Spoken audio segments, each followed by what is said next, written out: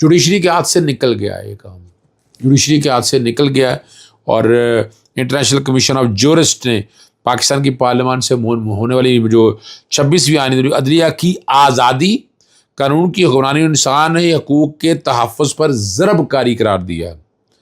और रिपोर्ट में इसकी तश्कील, इसके इंतज़ामी इख्तियारात, इसकी तकर्री और नाअहली के बुनियाद पर बरतरफ़ी जैसे मामलात पर अहम सवालात उठाए।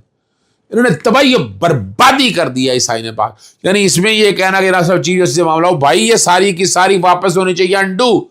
इसको नहीं मानना चाहिए इस आईनी तरमीम को। फॉर्म 45 और 47 की बुनियाद पर जो बनी हुई है इसको कबूल नहीं करना चाहिए।